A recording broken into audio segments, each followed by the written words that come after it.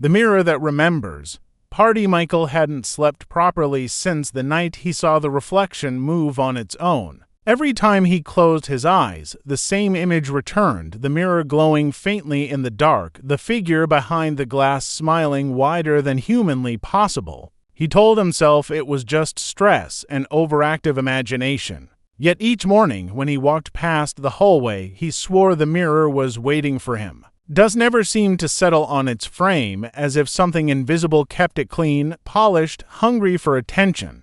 Chapter 6. The First Whisper. The first sound came at 3:07 a.m. A faint whisper, softer than wind, but clear enough to freeze his blood. Michael, he sat up in bed, heart hammering, staring into the darkness of his apartment. The whisper came again, stretched, hollow, like it was pulled through an empty cavern. Michael, come closer, shaking. He reached for his phone to check the time. The screen lit up his pale face, and in the reflection of the black glass, just for a moment, he thought he saw someone standing behind him. Chapter 7. The photograph. The next day, Michael decided to test his sanity. He pointed his phone at the mirror, snapping picture after picture. At first, nothing appeared. But on the 12th photo, his blood ran cold. Behind his reflection stood a shadowed figure, its head bent unnaturally low, almost pressed against his shoulder. Its mouth was open as if whispering into his ear. He deleted the photo instantly, but his phone froze. When the screen finally came back to life, the same image was set as his wallpaper. He couldn't change it. No matter what he tried, the figure remained. Chapter 8. The visit. By the third night, Michael couldn't take it anymore. He dragged an old sheet from the closet and threw it over the mirror. The silence in the apartment grew heavier, thicker, and then a knock. Someone was at his door. 3 slow knocks, deliberate. He didn't move, didn't breathe.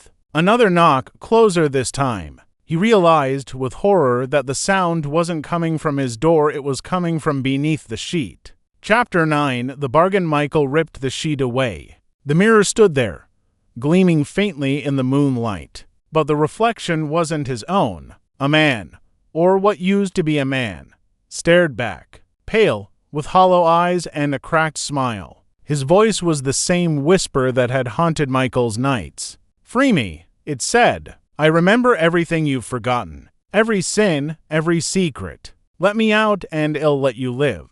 Michael staggered back, shaking his head. "You're not real." The figure tilted its head, grin widening. "Then why do you hear me when no one else does?" Chapter 10. The decision. He wanted to smash it, to shatter the cursed glass into 1,000 pieces. But a strange thought clawed into his mind. What if breaking it sets him free? The whisper grew louder, insistent, overlapping voices now, dozens, hundreds, all begging, pleading, screaming his name. Michael fell to his knees, clutching his head. The last thing he saw before the darkness swallowed him was his reflection smiling back, but his own mouth wasn't moving.